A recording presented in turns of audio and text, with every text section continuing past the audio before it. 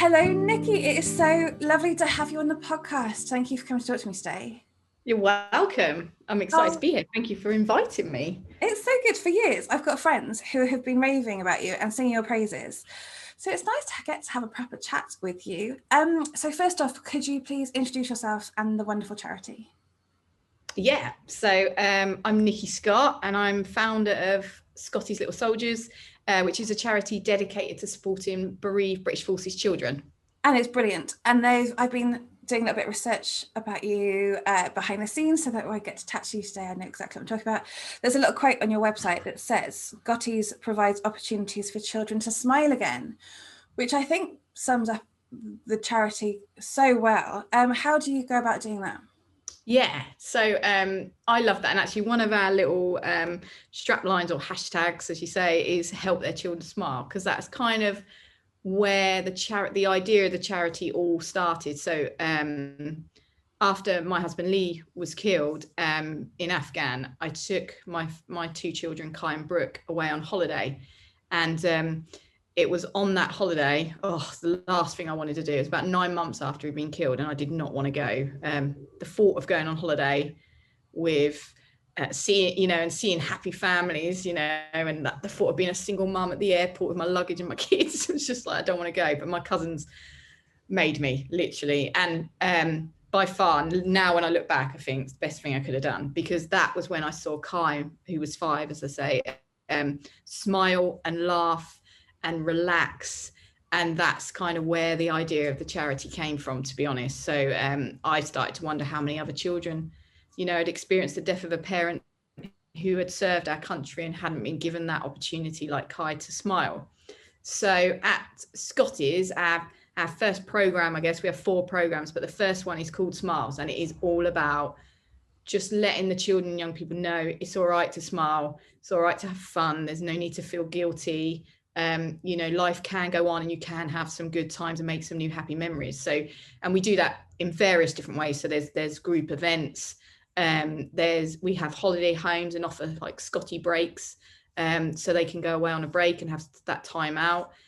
We do competitions, lots of things, like we send birthday presents and gifts and vouchers at really difficult times of the year. So it might be the anniversary of their parents' death, and we'll send them a voucher just to say, we haven't forgotten and we're remembering you, but go and have some fun spending this voucher on yourself. And so it's just engaging with them through that Smiles program, so that they build up that community again with us and trust us. So then when the tough times really come, we can step in and provide that service as well. Yeah, and probably give them just some space to think about it, a safe space to think about it, and for it to be okay to think about it. Definitely. And having that chance to have some fun with other children and young people who have also been through that experience, and really understand, when you're in the military world, it's like now, whenever I meet up with any of my friends that had husbands that served, or the girls that served themselves that I knew, you can be apart for years and years, and as soon as you get back together, it's like, God, it's like I saw you yesterday, that connection, and you see that in the children with their friendships. They might meet at like a Scotty Christmas party, and even though it's not a therapeutic event, they all know why they're there and the thing that they've got in common, and you find those special friendships develop, and then you see them the next time you do a group event, or you hear that family are going on holiday with another family, and you just think that that's huge, because although they're having fun, they're laughing, they're relaxing, like you say, in that safe space, they're building them lifetime friendships that I know my daughter Brooke, for example, has got a friend called Ben, who I know she speaks to every week without doubt, and they met at a Christmas party, and I never forget, she said to me, Mum, did you know Ben's dad died in Afghanistan as well when he was a baby? And I said, oh yeah, I did, Brooke, but how did you know that? And she was like, oh, we just chatting at the Christmas party. And I thought, those conversations are happening at the Christmas party, even though it's all about having fun, and it's about raising smiles and having a laugh. So there's things going, even all the fun stuff we do, behind it there's a reason why we're doing it. There's a bigger reason. So yeah, and having that thing in common, that unspoken thing that you never have to explain to anybody, because they just get it straight away. Yeah, big time. Yeah. And for Scottish, we have we have children and young people who, you know, for example, my own children, their dad was killed in Afghanistan, and you know, there's quite a few children with parents that were killed on tour, but there's also, you know, children that their dads died through an illness or an accident, or they took their own life. You know, there's so many different situations, but the children, it doesn't matter to them. Do you know what I mean? It's like the connection they've got is that they served our country, and that's what they love. I think the fact that they just get it. They're from that military community again, that, you know, most of them have moved away from home and stuff. When you know, when someone dies, you have to move out of your military quarter or something. So to them bring that back, that community back, is so special. Because that's the thing.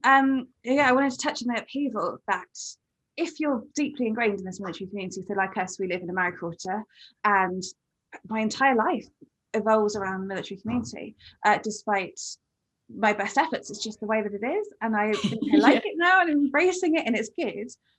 But to think that we would have to leave our house, and if I had children, we'd be moving schools, and all that upheaval, probably the worst time ever. It's probably, gosh, it must be an awful lot for children. How do you manage that, and how do you support that, people like that at Scotty's? Yes, it's really hard. I just, you know, I obviously know from a personal what I did, and then, you know, the more families you get to know through the charity, you realize there's so many different situations. It's not one fits all. You know, everyone's got their own way of doing it. There's no right or wrong, and that's the biggest piece of advice I give to someone when they ask me. I was like, there's no right or wrong. Like, no one got taught how to deal with this. You know, you don't get prepared for this. So I just try and be honest and do what I do. You know, I stayed in my married quarter for about a year, I think. I think partly I went through the different phases, you know, and I went through an anger where I was like, I'm staying here because this is where my memories of Lee are. And while I'm here, no one's going to forget us. You know, while I'm walking around the garrison, no one's going to forget, as if they ever would. But at that time, you're quite, you know, and then time just went on, and I thought, you know, it's Kai. I really wanted Kai and Brooke to know where they were from, you know, to know that environment and to know what their dad did and feel that, you know, the pride. But I actually thought, I actually don't need to maybe rub it in Kai's face so much. So, you know, you've got welcome home banners on people's houses and things. And he was coming home from school and saying, oh, Thomas's dad's just got back from Afghan. Why didn't mine? And you were having those conversations a lot more. And I was just thinking, do you know what? I can teach you other ways about the military without being in this community. But I didn't want to leave. Do you know what I mean? Like, I'm like you, I loved it. Absolutely loved the social life of it, had some amazing friends. Excuse me. And yeah, I was just like, I don't want to leave. This is my home. This is where I was with Lee. This is where Brooke was born. You know, I was, and then the long-term thinking was, do you know what, in a few years, most of my friends probably would have moved to another town. And I just felt like maybe I just need to go back home to be near my support network of my family and Lee's dad as well. So I made that tough decision, but it is not easy. And those big decisions are the ones where you want to ask your husband, aren't they? Do you know what I mean? All those big decisions in the early days, it's like, oh my God, I'm having to make this on my own. Like I would think, what would Lee say? But yeah, that was a really big thing for me. I was like, wow, I've never had to make such big decisions, and if I have, they've always been with Lee. So now and that's kind of a kick in the teeth a bit, you know, you're on your own now, Nick, like you've got to do this. But yeah, I made the decision that I'd go back home and be near my family. But I know lots of families choose to stay settled there, so you know, there's no right or wrong, but it is tough.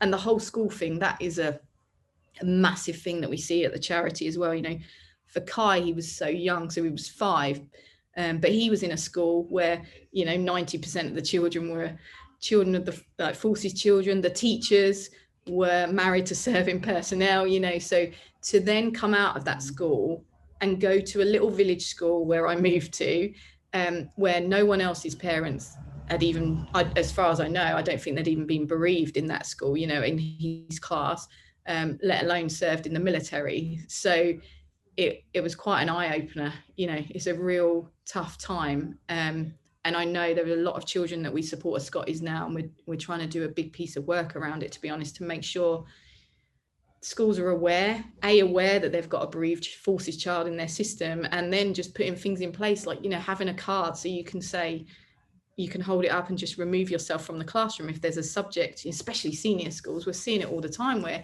you speak to the school and they're not even aware they had a bereaved service child in their attendance. And I know it's, you think, what, how can they not be? But it honestly does happen.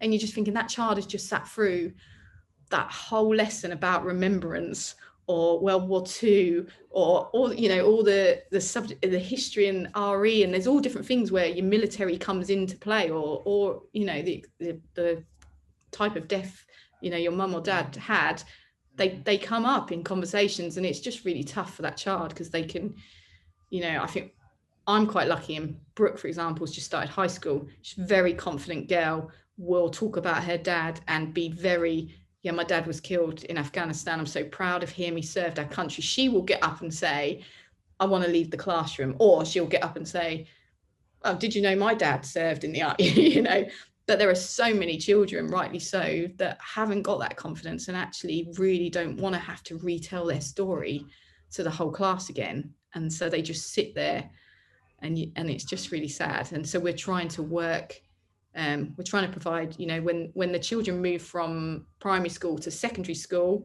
that transition, we're providing them with a pack, which is very much teaching them or giving them some guidance, some ideas of, you know, these are things that might help you think about these things before you go to that senior school, and how you might approach those different situations that might come up. And, you know, just trying to make sure the children and young people are aware of different things that might come up.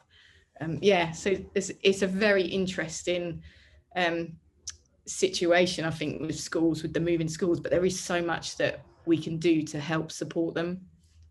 And in turn, it's going to help children whose parents weren't necessarily serving, but they've still experienced that too.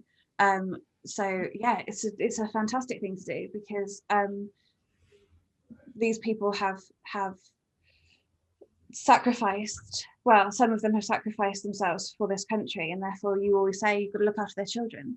But I want to highlight that it's not just those killed in action, and that you look after all children whose parents have died. Yeah, definitely. It was from the start. I remember actually having the conversation about, you know, or I've had this crazy idea about, you know, there seems to be very limited support for bereaved forces children, you know, some great UK military charities, but actually there's very limited support for the children. So I've had this idea, I don't know how I'm going to do it, blah, blah, blah. My family must have thought, oh, here we go. She's really grieving. She's like, she's going to set up a charity now. But actually, I remember my visiting officer saying to me at the time, do you know, Nikki, if you're going to do this, you really need to make it clear it's for any child that has lost, you know, that has experienced the death of a parent who served our country. Because he said he had a good friend who, you know, had done his tours, served his country, was serving his country, and went out and had an accident on a motorbike and was killed. And he said the support was very different to those who were killed on tour. And he highlighted that to me. So from the off, I was like, yeah, without a doubt, you know, it just doesn't matter to Scotty. It's the same as, you know, Army, RAF, Navy. You know, if your parent has served the country, then like you say, we should be looking after their children. So yeah, it's a really good thing to highlight. Yes, and I will definitely be sharing all of this with everybody that listens on all the social media, so they know how to find you, because I think it's important that people know this. So I was going to talk about Lee, if that's okay. Yeah, I love talking about Lee. So I want to know what he was like, because obviously his legacy is so epic. What was he like when you were married to him? He was epic as well. No, he was like, he was only 26 when he was killed, and I always have that in my mind of, like, for me, just that's so young, and he as a person was so full of life. He was the fun parent, like, you know, there's always one, isn't there? And I was the, oh no, I don't think we should do this. Oh no, that's not right. Oh no, it's not safe. Oh no, we should save our money. And Lee was the complete opposite of, come on, let's do it. Let's go out. Let's go here. Let's do this. Any opportunity. And I get the vibe that he'd always been like that. So I'd known him since he was 18. And, you know, was always like that from the off-go, always very social, bit of a prankster with his friends, I think. Probably annoying sometimes. I got that vibe. It was sometimes quite annoying. But just a complete, like, I don't know, everybody's friend, you know, everyone knew him, funny, yeah, but there was a real love inside to Lee as well, and that he would, you know, he would be that person that gave his last tenner to someone if they really needed it, and he fought a lot of them, you know. It was just, yeah, just a really good and a brilliant dad. Like, I couldn't have asked for better. Obviously he has his moments, you know, like everyone. I'm not going to say he was like an angel, but I remember my mate saying to me, God, you don't know how lucky you are, I can't believe he does all that for you. Like, and I'd be like, this is normal, isn't it? And she's like, no. He does the nappies and the night feeds, and he goes here and there and doesn't even have to be asked. That's amazing. So yeah, he was just full of life, real fun. And what would he make of you doing all this?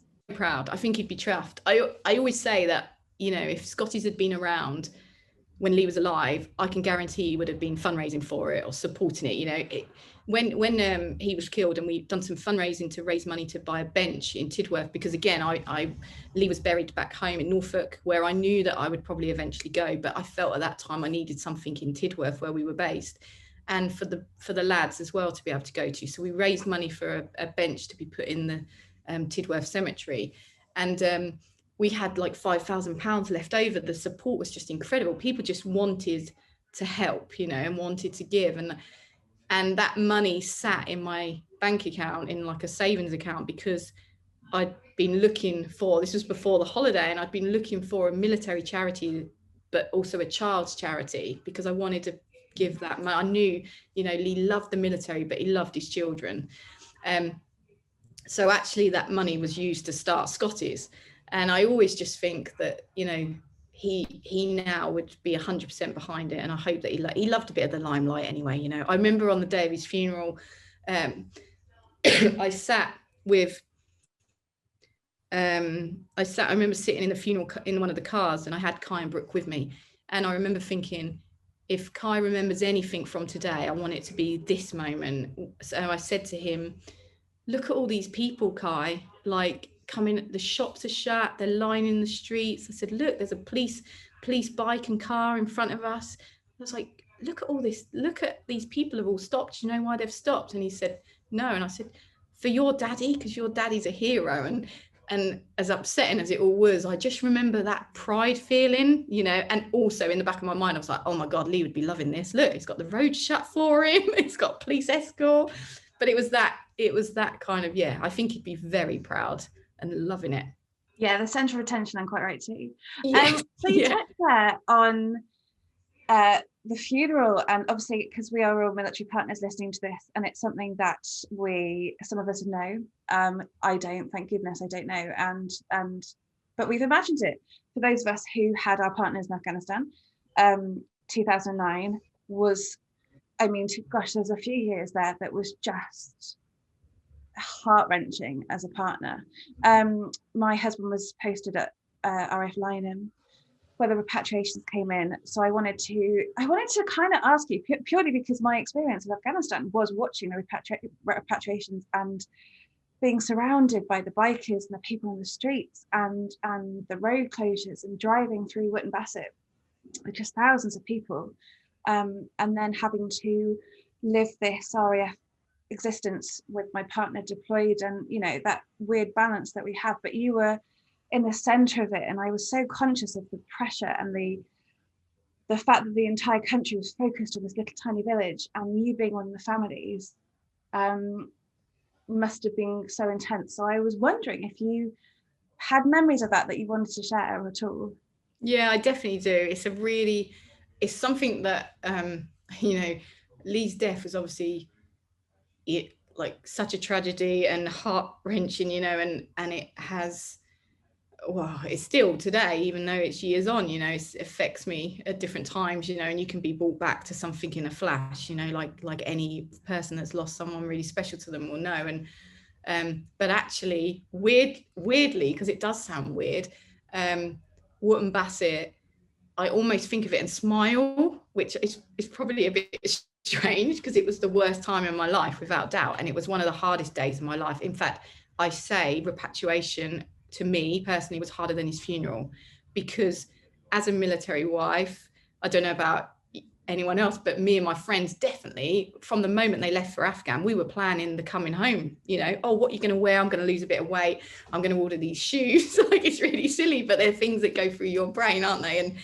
And repatriation was, you know, that coming home was the coming home parade for me and Lee, but that was not how I'd pictured it in my head, obviously. And so it was a really hard day. And it was also the first, you know, it was Lee coming back, and it was the first, you know, you're told the news, and then there is constant people in your house, things you have to sort out, things you wouldn't even imagine having to sort out, you know, like his wages, and the house rent, and all the changes that to do with finance that you really can't give a flying, you know, about, because you're just focused on Lee and what's happening with Lee, and I want to be with Lee, and you know what happened, who can tell me, you know, and you've got, but there's things you've got to deal with, that your visiting officer is there obviously to support you with, and you know, luckily I had an incredible one that I'm still close to now.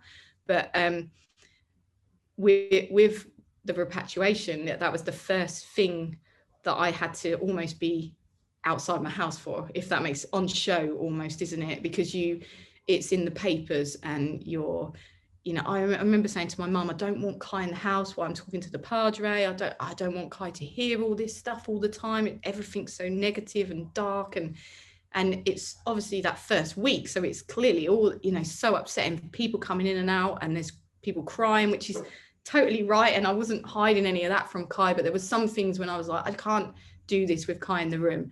And my mum was amazing, and she stayed with me for quite a few weeks, and she took Kai out, and I remember she popped him in the car, went off out, and she was like, yeah, I'm just going to give him a break. And then when she came back, she was like, I don't believe it, like I literally had the radio on, and then the news came on, and it was like Taliban have, you know, and then I went into the shop to buy him some sweeties, and as we paid at the counter, Lee's face is on the front of the newspaper that's on the counter, and she said, literally just taking him out to the park, I feel like I've just let him down a little bit. And I was like, Mum, it's not, you know, this is what's happened. But it felt like it was everywhere. You literally felt like you're in a bubble being watched, and it was just really difficult. And it was the repatriation that was the first time where, you know, you're out there, but it's also it's like the unspoken, no one speaks about it. It's very strange now, like they ask me about funerals and they don't ask about that. And it's a huge, you know, for me, I remember that the plane landed, and Lee was first. There was 8 that came off that day, and Lee was the first that came off the plane.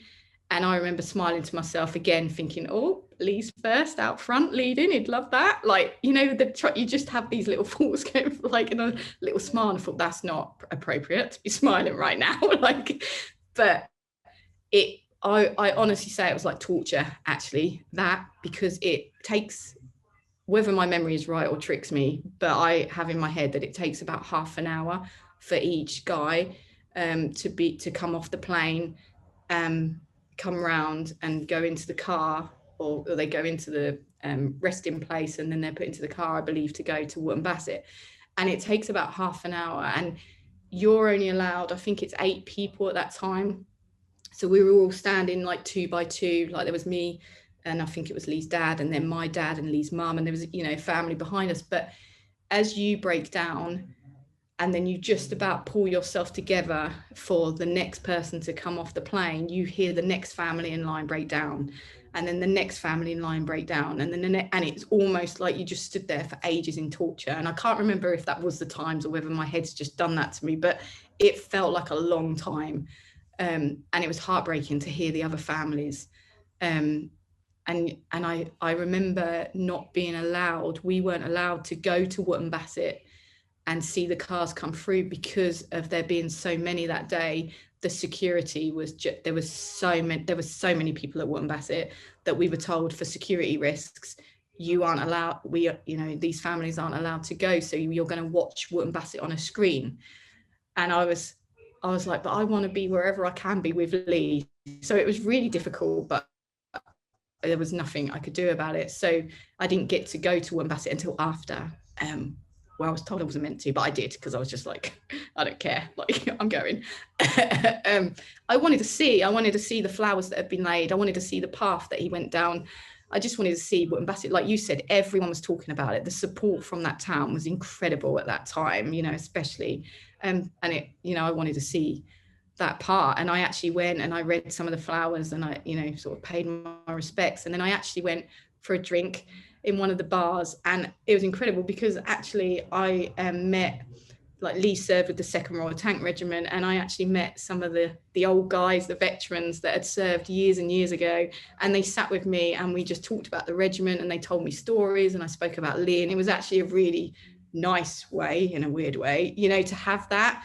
And I just felt that closeness again, you know, you're around the guys that have served in that regiment.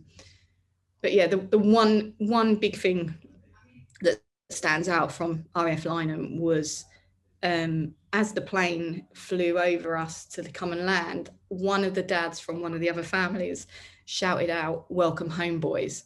And it still sends shivers down me now, like my hairs on my arms have stood up, because it was just, I was just like, you're right, like this is them coming home. It's not how we wanted it to be, but this is, I can feel emotional now because it means that much. It was just, as he said, it was just sent a shiver. Everyone was quiet, you know, it was so sad and, you know, heartbreaking to see the plane come in and, you know, it's them and it's not how you wanted it or how it should be. And then this guy just said that, and I always think, God, I don't know who that was, but that was incredible for me, because I'm like, yeah, you're right, this is well done, like you've done your country proud. So yeah, I'll stop now before I cry.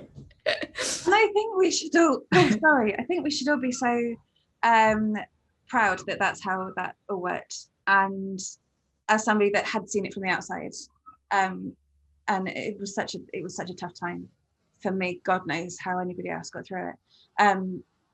Yeah, it was just a proud thing that we did, and they deserved it, and they're home and they're looked after. Yeah. Oh, sorry. I was just going to say, I've been so lucky years later that I even got to meet the police officer that escorted the cars actually to Oxford. So I feel like I've been so lucky personally that I got, you know, the boys that put Lee on that plane in Afghanistan. You know, I've seen the video of them doing the parade and putting him on that plane. And I knew the lads that put him on that. And then when it landed at RAF Lynham, I knew the lads that took him off that plane and carried him home. And then when he went down Wootton Bassett, I now have met the driver of the police escort that took them all the way to Oxford, you know. And then when Lee came to Norfolk to be buried, I knew the funeral directors. So, and I've even been lucky enough to meet the nurse who saw Lee in hospital in Bastion. So I feel like I've kind of connected his whole journey apart. The one route is Oxford to King's Lynn, but, you know, I think I actually feel quite privileged that because of the charity that I've got to meet those individuals and feel like it's a really nice feeling to think, you know, Lee was never really alone, and I've known everyone that's been with him on that journey. But yeah, Wootton Bassett was incredible, and that was you know, a hell of a time. Like you, leading up to Lee's death, you know, you never really think where they are, do you? For me, it was more like, oh my God, 6 months on my own with the kids, this is hell. Like, and Lee was my best mate, so I missed him, but I didn't really let myself think where he was. It's more of an inconvenience, isn't it? It's like, and then when there was an incident in Afghanistan, and I got a phone call from welfare to say, you know, Lee's been involved in an incident, but he's okay, but this is all I can tell you at this time. And then someone was killed from Lee's regiment a few days before Lee. That's when that, you know, that just kicks in of, wow, like, this is really bad. This is where they are, you know, because I turned off the telly. I didn't want to know the news. I just wanted to shut myself out, be a bit naive, didn't want to think about where he was just focusing on R&R, you know, and him coming back. And then, and it is hard when you're told, is like, well, I've had this nightmare. How is this real? Like, I've dreamt this every night. You know, you sit in your bed and you think, oh my God, I haven't heard from him for a while. Hope he's all right. And for all we know, they could be tucked up in bed in Camp Bastion, safe as, you know, safe as sound, all happy. But we don't get any sleep because we're thinking, oh, I wonder what they're doing and what they're up to, and I hope he's all right. And so when I was told, it took me months before. In fact, it was almost Medals Parade when the other lads all come home that I made myself go, because I needed to see he wasn't on the parade square, because it just felt like he was still on tour. You know, his toothbrush wasn't on the side because it was in Afghanistan. His cup wasn't on the side because he'd been gone 6 weeks. it was so difficult. The only difference was that the phone didn't ring and you didn't run to that phone to get it. You know, it's like that was a weird, like, oh, that phone, like no one rings that phone apart from Lee, and it's not ringing. And that was the only, it took a long time, yeah, to actually even accept that he wasn't coming home. And you talk about the holiday that was, so it was 9 months later, and that's what sparked the idea of Scotty the Soldiers. Do you think that was probably the moment that it all settled? Yeah, to be honest, I was, you know, I'm not going to lie, I was pops, you know, I had to get out of bed, but there were some really dark days, you know, especially at nights when the kids are in bed and you're alone. And as amazing my friends and family were, you know, it was incredibly hard. I just literally thought, well, I'm 28, my life's done, like that's it, like don't know what to do, don't know, I don't care anymore about anything, couldn't see any light. And then with this holiday, they literally, they made me go on that. But I just think, thank God they pushed me to do that, because that was my wake-up call. And I always say, it sounds so cheesy, but I literally did sit by the pool watching Kai, just thinking, oh my God, like, what have I been doing? This is not, Lee would be going mental at me, and I have not been living like as you obviously you would expect. But I really had a moment, and then I just started to think, why has no one contacted me about Kai and Brooke? You know, I've heard from Army Widows Association, I've heard from different organizations. I was like, why has no one reached out to me yet about them? And how many other children have, you know, had a parent that has died serving our country? And all these questions started going through my mind. And so when I got back, I was like, right, I'm going to do a bit of research, which I did. I had this money sat there, and then I just said to my friend, I've had this idea, and I'm going to do it. Like, because I just want to give them the opportunity to have that break. I want to raise enough money for a holiday home, but I also want to make sure that they almost join Scotty's and become members, and, you know, we think about them at the tough times, and they're, you know, part of that community. And I reached out to a couple of women had got in touch with me on Facebook just after Lee had been killed, and they were just saying how sorry they were, but also if I wanted to chat, because they'd also, you know, their husbands had been killed in Afghanistan and Iraq a few years before. So I got in contact with them and said, you know, I've had this idea, but would you guys be up for it? Like, maybe no one wants it, maybe there's no need for it. And then they were fully behind me as well. So so we went for it, and that's kind of, well, it's just growing. It's not what I thought at all. I'd only ever worked in nursery schools and bars before, so it was a completely an eye-opener, and a full-time commitment. Is so it was very full on. I did not know what to expect. I definitely didn't appreciate the time, but I'm so glad that it's where it is today and doing what it does. And I know it can go on further as well. So what is the plan? You've got this amazing charity that you clearly love. What is the plan going forward? What exciting things do you have in motion? So at the moment we have the 4 programs, and we really work with the families and the children and young people to see what the need is, where the gaps are, and then we put plans in place as how we're going to fill those gaps, and then we go out and find the money to do that. So it's all driven by the families and the need, which I love, and it's all growing so organically. It's the other amazing thing about it. And so we have the Smiles program where they engage, they do all those fun activities. And then when those tough times come, they come through to the support program, which is a bit of a dip in and out of that program. You know, we now offer online bereavement service to the children and young people. So they'll do like a few weeks or whatever is needed from the assessment of that online support, and have lots of other things within that, you know, really trying to help our families to help their children, almost, you know, to stop them from reaching those crisis points, or, you know, trying to get in there earlier. And then we have our Strides program, which is about recognizing, you know, the tough things like changing schools. So education is a big one. Development, you know, lots of them suffer from anxiety. So it's trying to concentrate on building confidence and resilience. So we offer some small grants, and we do some group work as well. So that's all really exciting. And then Springboard is for 18 to 25-year-olds. And it's a bit of all 3 of the other programs, and very much about helping the young adults, because we saw for a long time we only went up to 19. And then we saw this real need for, you know, you're a young adult. I remember this one lad, and he said to me, you know, I'm fine with Scotty's finishing now, I'm 19, but he said, I will admit, like, it does feel like a bit, just knowing you're there is sometimes really important. And he said, I'm about to go off to uni and leave home, and I've always been the man of the house since my dad was killed, and I'm leaving my mum and my sister, and I'm a bit, and I've now actually started to really feel the loss of my dad. And it was just something that really interested. I thought, I've never looked at it from that point of view. So we've changed things. So we now support up to 25, and it's all about that life choices, life skills, helping them, reassuring them that we're there to help them, their siblings, and then the future is just developing those programs and reaching more children and young people that we could be helping, because there's so many more out there that don't yet know about us or don't realize they could have the support from Scotty's. So working really hard on the awareness side, hence doing this podcast.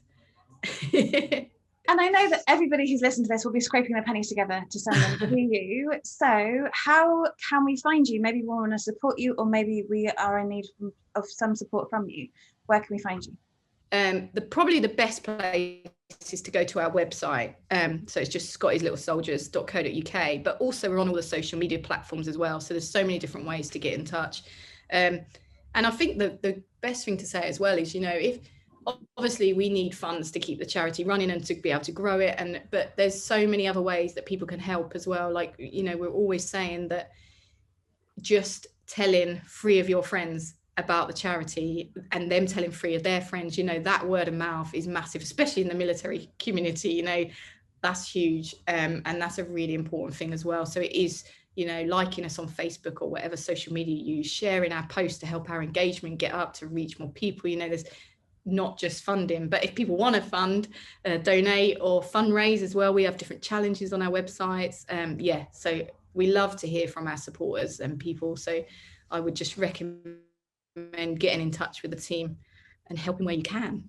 Yes, we all need to do that, because Scotty's is something that we don't ever want to have to use, but to know that our children have that if they need it means so much. And I so appreciate it. And I just love it when military families, even though the world is like, no, you can't do that, don't be ridiculous, you can't do a whole charity, they're like, no, we can do it, we are military partners, and we're going to rock it, and we're going to try it because this needs to be done. So Nikki, huge thanks for stepping up and doing that. No, I love it, and it's so true that like that you never realize, you never say no, do you? Like, if something needs doing, then we'll do it. And that is part of the military, I think, that vibe, that like, we're going to do this and we're going to do it together. So, and I love that. I love our supporters getting involved with the charity and being on the journey with us as well. We've got a great thing called Overwatch as well. Sounds like I'm doing a plug, but Overwatch is, it's kind of aimed at the military, because then it's exactly what you said. Scott is like, we always say, it's that club that no one actually wants to be a part of, but it's a great club to be a part of. And it is that community. And Overwatch is about, it's like regular giving. So you donate every month, which adds to the security of Scotty's. But in return, 100% of that donation goes to our families program. So it goes directly on the children. And you then get a login to an online portal, which is a website that's exclusive for the Overwatch subscribers. And then we upload videos and podcasts, giving you exclusive behind the scenes footage of how we use your money and the work we're doing. And it's just, again, encouraging people to, we're not going to send you a cuddly toy for signing up to do regular giving, but we're going to show you something even better and show you what we do, so you know where your money's going. And that's kind of, watching over the children is, so Overwatch, it just felt like a really good thing to do. So that's another way people can help as well. Perfect. I love it. Thank you so much. Before we finish, Nikki, is there anything else that you'd like to add? No, I don't think, just a big thank you. I just love when I talk to anyone from the military, because you just all get it, don't you? So just a big thank you to everyone who listens, because you're all amazing, because it's not hard being a spouse of someone who's serving or serving yourself. So just a big thank you to all those guys. Oh, thank you for coming on. Honestly, I like to share these stories because they're inspirational, but also it's what happens when things go badly wrong in the darkest times, and the fact that there is there is happiness, there can be happiness and inspiration and positivity at the end of it. So it's really important that we share these stories, Nikki. And I really thank you for being so honest with me, because it's painful, but you shared it. And I know that a lot of people will be listening and have gained an awful lot from it. Yeah, it's really important that, you know, even Lee's never forgotten, and we talk about Lee every day. Like, definitely think about him every day, and the kids still talk about him. I've remarried, got 2 more children. My 2 youngest children weren't Lee's. They know about Lee. They talk about Lee as well. He's very part of our family, and I think that is really important. You're right that, you know, but life can get, I don't know whether it gets better. It changes. That's what I like to say. It doesn't get easier, but it changes. And, you know, when I think of my 28-year-old self that said, that's it, life's done. And now I look at what has happened since Lee's died, my family, you know, the way, you know, I've got 2 more children, life's gone on. That is so different that I would never have thought that. So yeah, I like to think that if, you know, things can change and you can go on to live, doesn't mean that that person's ever going to be forgotten. So it's a really important thing to remember. Yeah, a real testament to your hard work and, of course, to lovely Lee. So thank you so much, Nikki. Thank you.